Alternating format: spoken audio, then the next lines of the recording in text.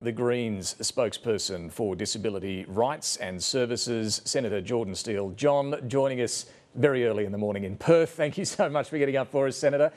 Look, let's start with the first recommendation of the inquiry, and it was an area of absolute agreement. That's the call for a Disability Rights Act. We already have a Disability Discrimination Act, which makes it unlawful to discriminate on the grounds of someone's disability. What difference would a Disability Rights Act make? Well, good morning, David, and great to be with you. I think what the disability community need to see from a Disability Rights Act is a comprehensive piece of legislation aimed at upholding our rights as articulated under the United Nations Convention on the Rights of Disabled People in every setting and context in which we exist. It needs to be comprehensive, covering public and private services, and it needs to form the basis then for a disability commission, which will enable us to take complaints around ableism, around segregation, around abuse to that commission and have those complaints investigated and consequences enforced. Over the last 4 or 5 years, disabled people have continued to experience violence and abuse, and we have at least had the recourse of taking those experiences to a National Royal Commission. That national mechanism for complaints and for redress needs to continue, enabled by this Act. And this Act, this Rights Act, would mean employers, schools and others have to be proactively preventing discrimination. What might that look like in practice, do you think? Well, yes, indeed. It calls for a proactive obligation to prevent violence, abuse, exploitation and neglect, and that can look like everything from making sure that there is a high level of knowledge in your workforce around disability access and inclusion, through to accessible complaint mechanisms if those expectations aren't met. It can look like a positive obligation on government policy makers around whether it be the NDIS or indeed the health-based services or employment or education, to be ensuring that the way that those policies are implemented uphold the rights of disabled people and are accessible to us. So it can be a tool for the transformation, the radical transformation that is needed to end ableism and segregation in Australian society. There was less agreement, as we were just discussing, around the areas of segregation in the school setting, when it comes to group homes and employment. Let's start with schools here. 3 of the Royal Commissioners want an end to special schools over a time frame of some 30 years. The other 3 don't see a need to phase them out completely. What's your view? Well, myself and the Greens really clearly understand and have listened deeply to the disability community through the course of this investigation, and what is really clear is that in Australia we have a cycle of segregation. A disabled child will start education in a segregated school and then move through to a segregated workplace where they are paid sometimes $2 an hour and will be forced to be housed in an institutional group home setting where they are again segregated. The result of that cycle of segregation is abuse, it is neglect, and it is early death. And we must end that cycle. We must break that cycle by transitioning away from those segregated settings and ending them. Now, we need that kind of transition to be done in a way that is co-designed with disabled people, with families, with academic experts and unions and all of those that have a role to play in this transition, but it must be done. Segregation must be ended, and it must be ended along a rather kind of accelerated timeline ahead of what the Royal Commission has suggested. What sort of time frame? Just sticking with schools firstly, we'll get to those other areas. What sort of time frame? I mean, the commissioners who are in favour of phasing them out, say, over 30 years, what are you suggesting?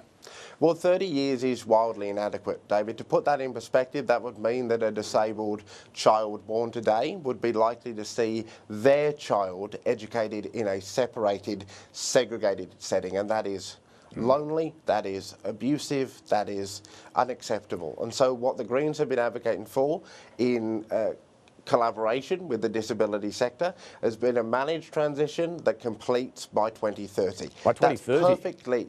That's perfectly possible, David, if we work together to transform the classroom, to acknowledge that the education system in the mainstream often doesn't meet the needs of disabled people, but we can make it so. We can do this together by providing additional funding, teacher resources, and making sure that families and administrators are brought along in this transition. Well, you're talking there in about 6 or 7 years shutting down special schools. Even some in the sector, though, worry that mainstream schools aren't equipped. They may not have, the hydrotherapy pool, the funding, the special teachers and carers that would be required. Is that too fast? Would it leave some kids with complex needs in danger?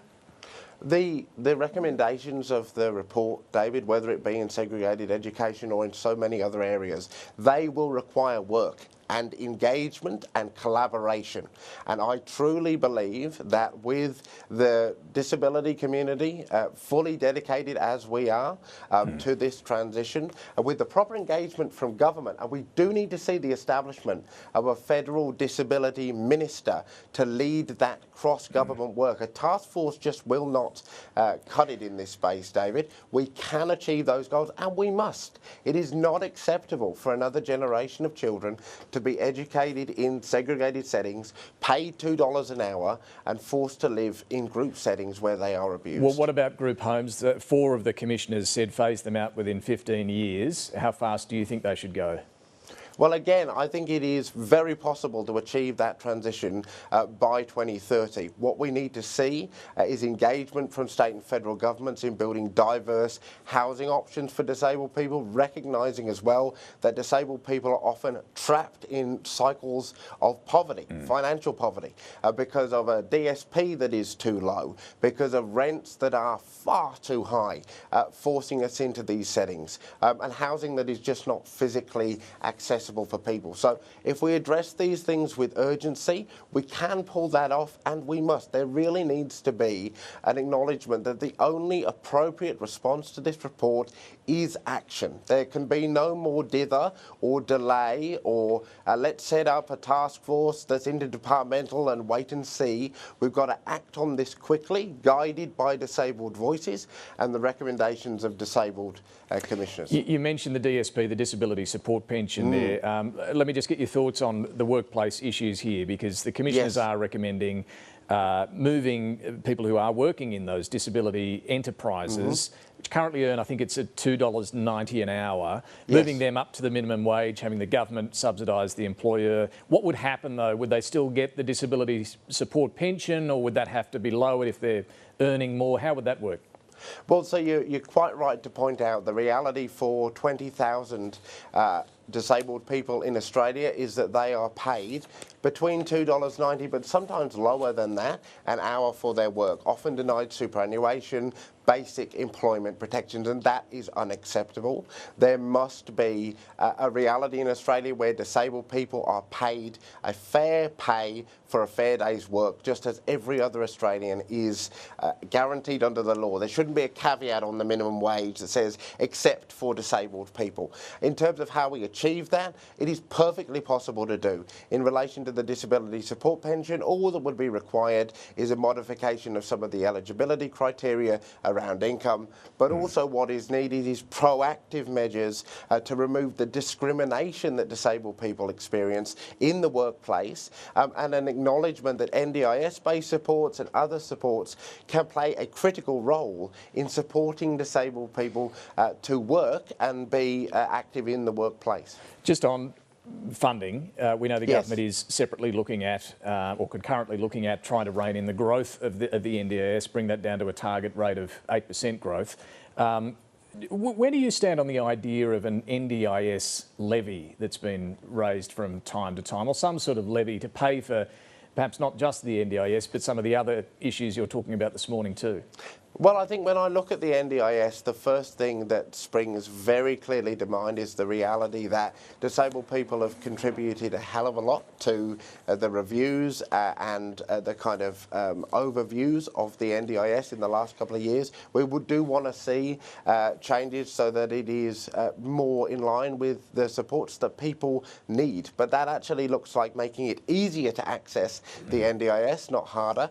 We need to end this campaign that seems to be going on within government to kick people with psychosocial disability off the scheme.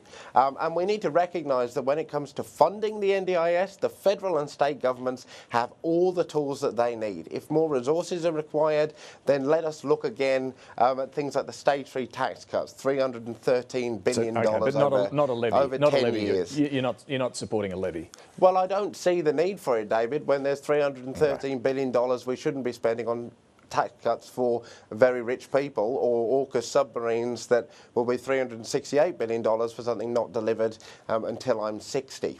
So there are a bunch of different options on the table for additional resources, and we should look at those if they are required.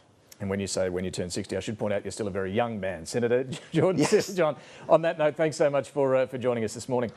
Thank you so much, David.